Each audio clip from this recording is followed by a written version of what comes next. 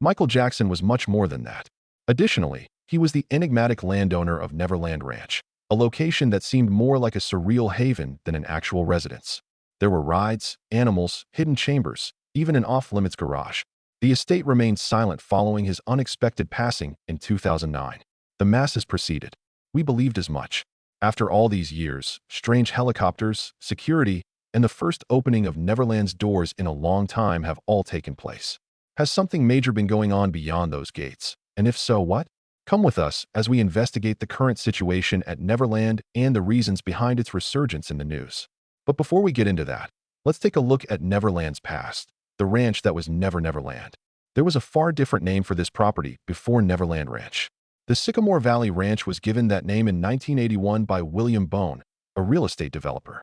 He enlisted the help of architect Robert Altevers, with whom he collaborated for nearly 2 years to create the ideal house. A serene and lovely home for his loved ones was Bone's lifelong goal. Completion of the massive main house occurred in 1982. It spanned 13,000 square feet, a stone bridge, beautiful gardens, and a 4-acre lake, including a miniature waterfall, were all features of the property. If Bone had been able to execute all the things he had envisioned for his business, he would have accomplished them here. This property meant a lot to him, and that shows. He considered making it a country club, but ultimately decided against it. Until a legendary musician found it, it remained a private estate, the home that Michael Jackson imagined. In 1983, while collaborating with Paul McCartney, Michael Jackson found the property. The video for their song Say, Say, Say was being shot close to Los Alamos. During that period, Paul and Linda McCartney were guests at Sycamore Valley Ranch. It was love at first sight for Michael. In her memoirs, his sister LaToya said that he had vowed to himself that he would come back. Then he did it. Some estimate a price closer to $30 million, while he may have paid about $19.5 million when he purchased the home in 1988. The initial purchaser of the estate was a trust, enlisting the help of Michael's accountant and lawyer as trustees to ensure confidentiality. Michael, however, quickly assumed complete ownership.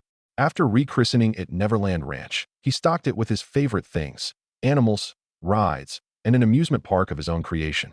Michael saw this house as more than simply a place to live. It was a magical realm where he could run away to and where kids may experience pure happiness. In addition to a petting zoo and exquisite garden sculptures, he included amusement park rides such as bumper cars, a roller coaster, a pirate ship, and a Ferris wheel. An arcade, wave swinger, and super slide were located on the premises. Moreover, there is more. Like Michael, I had trains. The Neverland Valley Railroad, which had a steam engine named Catherine after his mother, was one of them. The train had a low gauge and was 3 feet wide. A C.P. Huntington replica train ran on a narrower, 2-foot wide track. In addition to his 3 children, Prince George, Paris, and Michael Jr. in 2001, a German business constructed an electric train with 100 feet of track, which he included. There was more to Neverland than just a home. Inspired by fantastical tales and the magic of the movies, it existed in a universe all its own. By the way, Michael Jackson wasn't the only one who called Neverland home. Countless amazing experiences also occurred there. Notoriety, attendees, and recollections. Neverland was the site of Elizabeth Taylor's 1991 wedding to Larry Fortensky. Michael had a live interview at the ranch with Oprah Winfrey in 1993, 2 years after that. At the time, it was among the most talked about interviews. During the 3-day World Children's Congress that Michael hosted that same year, kids from all around the globe were welcomed. It was a commemoration of the UN's golden anniversary. Married Michael and Lisa Marie Presley served as hosts for the occasion. We set out to highlight problems that children all throughout the world encounter.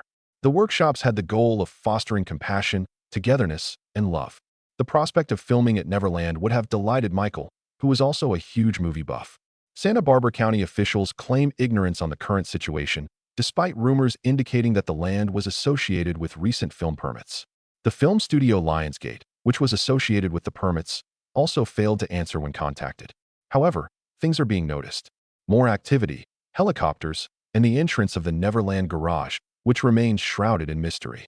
Because of this, new rumors have begun and many questions have been raised. Who or what is now operating behind those gates? First, though, let's examine the downturn that occurred. Thereafter, reversal was impossible. The dream came to a halt with a hush. Neverland was Michael Jackson's home before his life took a tragic turn. Police conducted a search of the residence on November 18, 2003. Helicopters and television cameras caught the entire event on film. There was a connection between this incident and the severe accusations leveled against Michael in the People versus Jackson trial. The events had a profound effect on him, even if he was ultimately found not guilty. Never again did he set foot in Neverland. As time went on, Michael stated he no longer felt at home there. He departed and began residing in Bahrain as an invited guest of the ruler's son, Sheikh Abdullah.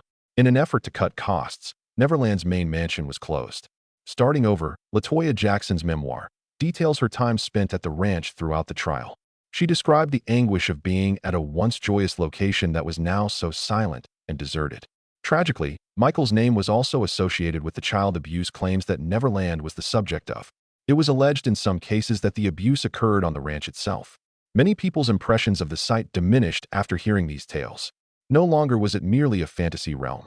Legal disputes and rumors began to surround the location. As time went on, that link diminished its value and made it more difficult to sell. In the early stages of Neverland's financial crisis, the enchanted mansion of Michael Jackson was in deep financial distress by 2007. If the loan wasn't paid, the bank might reportedly foreclose on Neverland Ranch and take it back. According to one source, Jackson owes more than $23 million on a debt of $23 million. Not making a few payments isn't the same as that. His debts were mounting. Someone gets served with a notice of default in the Golden State in the event that 3 payments are late. The property can be foreclosed after another 30 days if the balance remains due. That was the precise event that was going to transpire. You couldn't fake the foreclosure documents. Neverland may return to the bank. This was proven for the first time.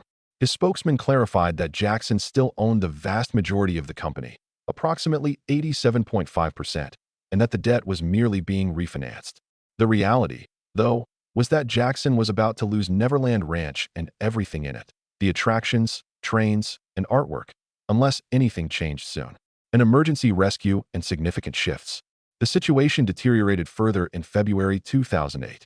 The formal notification to Jackson was that the entire property, including all buildings, land, and anything on it, would be sold at public auction if the sum of $24.5 million was not paid by March 19th. All of his rides, trains, and artwork were part of that. However, on March 13th, a few days prior to the deadline, Jackson's attorney, L. According to Landell McMillan, an agreement was reached to halt the sale. Fortress Investment, a private organization, and Jackson came to a deal to preserve Jackson's ranch ownership. No one ever talked about the specifics of the arrangement. Another turn of events occurred in May 2008. The $22.5 million debt was purchased by Colony Capital, a corporation headed by billionaire Tom Barak. Because to this action, the foreclosure auction was canceled. I am pleased with recent developments involving Neverland Ranch, Jackson stated in a news release. And I am in discussions with Colony and Tom Barak with regard to the ranch and other matters that would allow me to focus on the future. After this, Jackson transferred the title of the property to a company called Sycamore Valley Ranch Company, LLC, on November 10, 2008. That company was a joint venture between Jackson and Colony Capital. Jackson still owned a part of Neverland, but how much exactly wasn't made public? Some reports said he sold part of his rights for $35 million, though other reports said Colony only paid $22.5 million. Either way, Colony became the majority owner. The new manager of the project, Kyle Forsyth, described the ranch as English country manor meets Kenya. Colony wanted to keep the property whole. Forsyth said splitting it up would destroy it. The end of the fantasy rides. As the financial issues continued, Neverland's magical rides began to disappear. Right after the property changed hands, people noticed trucks hauling away the rides. Some were bought by companies that run amusement parks and fairs. Helm & Sons Amusements, a company that had worked with Jackson before, purchased the Zipper, Lolly Swing, and Spider rides. Another company, Butler Amusements from Fairfield, California, bought 6 more rides. These rides were later seen at fairs in California, Oregon, and Washington. Some even had signs saying they came from Neverland Ranch. One of the biggest rides, a 65-foot Ferris wheel made for Jackson in 1990, was bought by Archway Amusements for $215,000. Other rides found new homes, too. The Dragon Wagon roller coaster for kids was set up at Coney Island in New York City. The Sea Dragon swinging ship ride was moved to Beach Bend Park in Kentucky.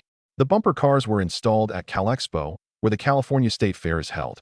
By 2013, British billionaire Joe Bamford even tried to buy the whole ranch. But the deal never went through. Slowly, piece by piece, the Neverland that once amazed children and visitors from all over the world was being taken apart. And with it, The fantasy that Michael Jackson had built was fading away, but the questions around the ranch were just beginning again. But while Neverland slowly faded from the spotlight, the world was about to face a much bigger shock. Just when fans thought the story couldn't get any more heartbreaking, tragedy struck. The final hours of Michael Jackson. On June 25, 2009, Michael Jackson died in Los Angeles at the age of 50. His personal doctor, Conrad Murray, said he found Michael in his bedroom.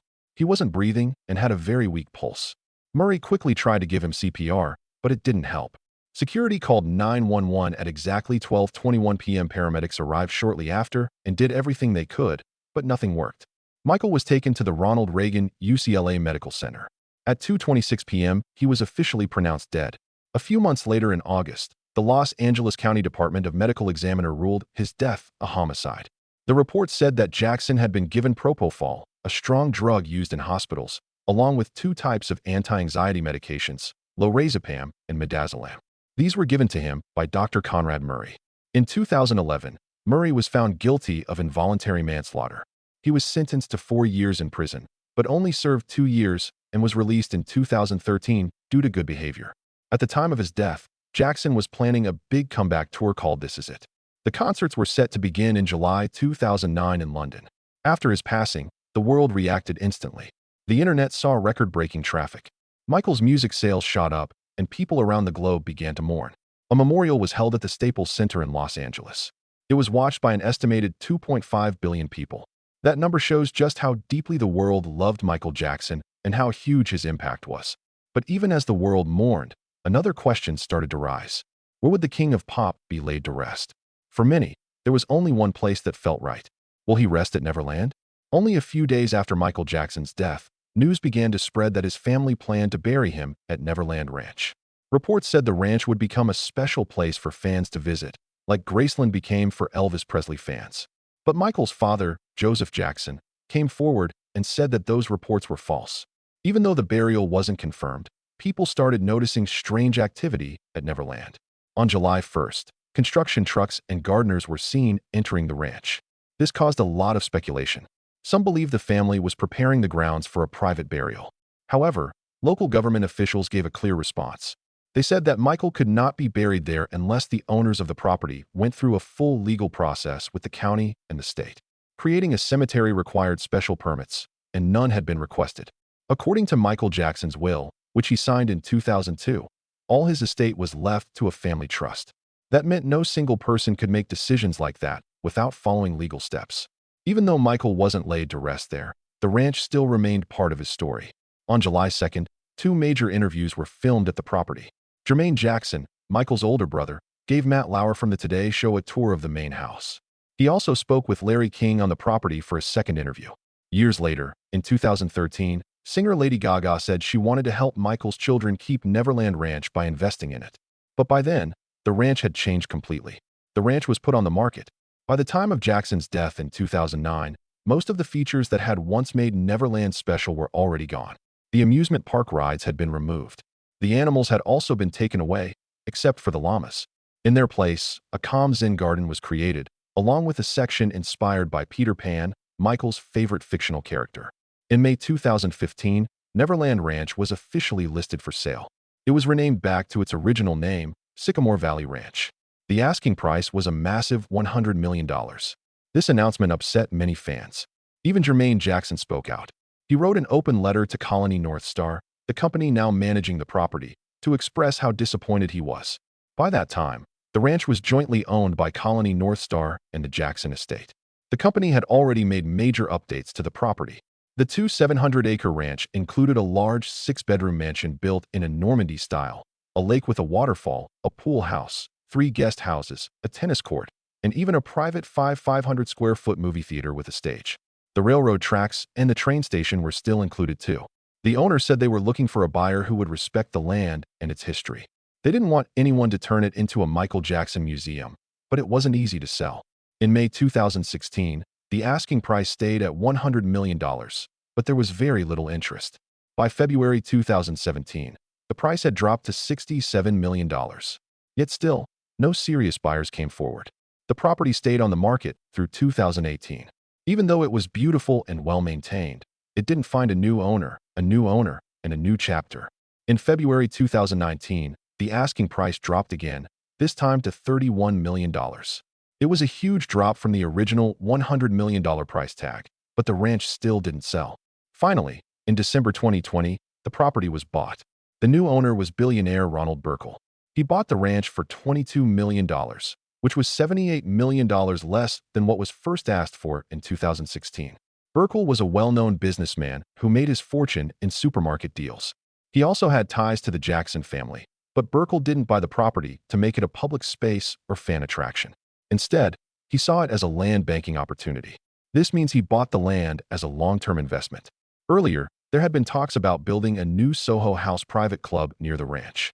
But Burkle chose not to go ahead with that idea. Michael Jackson had bought the ranch in 1988 and named it Neverland, inspired by the story of Peter Pan, the boy who never grew up. He turned it into a magical place with bumper cars, a roller coaster, a pirate ship, a Ferris wheel, and more. But after his death, all of those things were removed. Still, the name Neverland remains a symbol of Jackson's dream world. In 2024, the ranch had to be evacuated because of a wildfire known as the Lake Fire. That brought attention back to the property once again. Though its magic rides and sounds of laughter are long gone, Neverland still holds deep memories of Michael Jackson's life, dreams, and heartbreaks. Neverland Ranch comes back to life. For years, Neverland Ranch sat quiet. After Michael Jackson's death and all the controversy surrounding the property, most people believed it would never be used again. The magical home that once had animals, rides, and music had become silent. But in 2024, something changed. Suddenly, there was new activity on the property. After months of rumors, it was finally confirmed. Neverland was being used to film a movie. And not just any movie, but a major Hollywood biopic about Michael Jackson himself. The ranch, once thought to be abandoned forever, was now a filming location for a movie that would explore Jackson's life from start to finish. Film crews arrived, and work began on rebuilding parts of Neverland. Outbuildings were repaired, and some of the old amusement rides were restored. The energy that once filled the ranch began to return. It was a surprising turn, especially after so many years of silence. But this return was different. It wasn't for amusement or parties. It was for telling a story that the world was waiting to hear. Public records confirmed what fans had been guessing for months. A film permit showed that Neverland Ranch, located at 5225 Figueroa Mountain Road, was listed as the location for a big movie shoot. The permit allowed filming between April 15th and May 1st, from 6 a.m. to midnight every day. Scenes would include dialogue, a petting zoo, and even stunts. From April 25th to April 28th, filming also took place on the nearby Figueroa Mountain Road. Helicopters were part of the shoot, and the production team had 310 people involved. Special effects included atmospheric smoke, hinting at dramatic scenes. Speculation reached a high point in early April when CinemaCon showed a teaser of the upcoming movie. Film producer Graham King introduced the first look at the biopic, which is called Michael. Although the trailer was not released to the public, King gave a few clues about what to expect. He said the movie would include 30 of Michael Jackson's songs and would cover all parts of his life. Behind the unrelenting scrutiny and the accusations and the blinding media spotlight, he was simply a man, King said. A man who lived a very complicated life. The movie will get into all of it. A few weeks later, TMZ reported that filming was happening at full speed. The report described extras dressed up as balloon sellers, ride operators, and food stall workers. It sounded like the film was rebuilding the Neverland experience to show what it was like during its most lively days. Although TMZ didn't name an official source, aerial photos supported the claims. The fairground rides were back, including a Ferris wheel and a replica of Jackson's carousel. Even his iconic red and white circus tent had been rebuilt. The man behind the revival, Ronald Burkle, the billionaire who bought Neverland Ranch in 2020, played a big role in making all of this possible. He had purchased the ranch for $22 million, almost $80 million less than the original asking price. Burkle first met Jackson in the mid-2000s at an event for underprivileged children. He later became a financial advisor to the pop star. When Burkle bought Neverland, the ranch had been on and off the market since 2016. The place had changed. The rides were gone. The roads were worn down, and the magic was fading. Burkle told the Wall Street Journal that when he first saw the property, it was kind of a depressing place. It wasn't the beautiful place that it was before. It just needed flowers and life in it again. He started work to bring it back. He repaired the roads and fixed the train station, which had been damaged by woodpeckers. The petting zoo returned and animals were reintroduced. However, Michael's famous pet monkey, Bubbles, did not come back. He has lived in a sanctuary in Florida since 2005. Still, Urkel had the resources to make big changes. He is the co-founder of Ukapa Companies, a major investment firm. Money was not a problem. After renovations, the ranch looked much closer to how Jackson once had it. According to a real estate listing, the property has 21 buildings, including guest houses, a 50-seat movie theater, a swimming pool with a cabana, and both a basketball and tennis court. It was the perfect setting for filming a movie about Jackson's life, because it was the place where that life played out in real time. What the movie promises to show, fans recently got a sneak peek at the film during Lionsgate's big presentation. Even though the trailer wasn't released to the public, the preview started with Jackson on stage performing some of his biggest hits like Thriller and Man in the Mirror. Variety reported that the movie will feature over 30 of his songs. One of the scenes recreated his early days with the Jackson 5, showing their famous performance of ABC on American Bandstand. The film will also show Jackson's life off stage. Actress Nia Long plays Michael's mother, Katherine Jackson.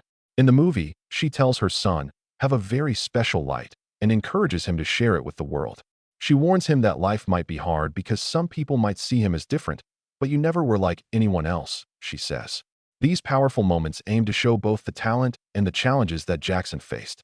During the presentation, producer Graham King said he wants to give viewers a thrill like they have never seen before.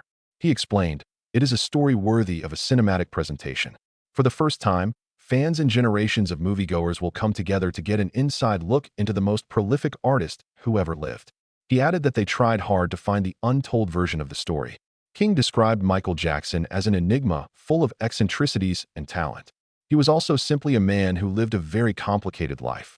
The film will cover all parts of Jackson's journey, from his childhood in Gary, Indiana, to his fame, to the times he couldn't even leave his home without getting mobbed by fans. Variety also said the movie will address the abuse allegations. These claims followed Jackson for many years and were a big part of his story. The film won't avoid this. It will cover both his public performances and private struggles. King also said the movie will be long, likely to make room for all the important parts of Jackson's life. With filming still happening and scenes being shot at the newly revived Neverland Ranch, the movie promises to show fans not only the legend of Michael Jackson, but also the man behind the fame. Filming the life of a complicated star. Actor Miles Teller is part of the Michael Jackson biopic. He plays John Branca, Jackson's entertainment lawyer. In a February 2025 interview, Teller confirmed that they filmed scenes at the real Neverland Ranch. "We filmed at Neverland. It was wild," he said. He explained that someone else had owned the property since Jackson left in 2005. But for the movie, they fixed it up and brought the old look back. Teller even joked that he got in trouble as a kid for copying Jackson's dance moves at school. "I kept grabbing my crotch as a little kid," he said, laughing. "I got in trouble so much." The film is titled Michael and stars Jaffer Jackson, Michael Jackson's nephew, in the lead role. Coleman Domingo plays Joe Jackson, Michael's father. A press release about the film called it a riveting and honest portrayal of Jackson's life. It said the story will cover his personal struggles and greatest performances. As never before, audiences will experience an inside look into one of the most influential, trailblazing artists the world has ever known, it said.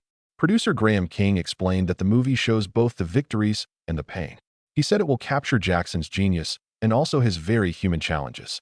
The film will even touch on the abuse allegations that have followed Jackson for years. That decision may bring mixed feelings to viewers, especially since the movie shows scenes filmed right at Neverland Ranch. As Neverland Ranch returns to the screen, so does the complicated legacy of Michael Jackson. This film may stir old emotions and new questions. Will it heal, divide, or simply remind the world of the man behind the music? Only time and the audience will tell. Do you think bringing Neverland Ranch back to life for the film honors Michael Jackson's legacy or reopens old wounds? Share your thoughts in the comments below. And don't forget to hit like, subscribe, and stay tuned for more incredible stories from Hollywood's fascinating history. See you next time.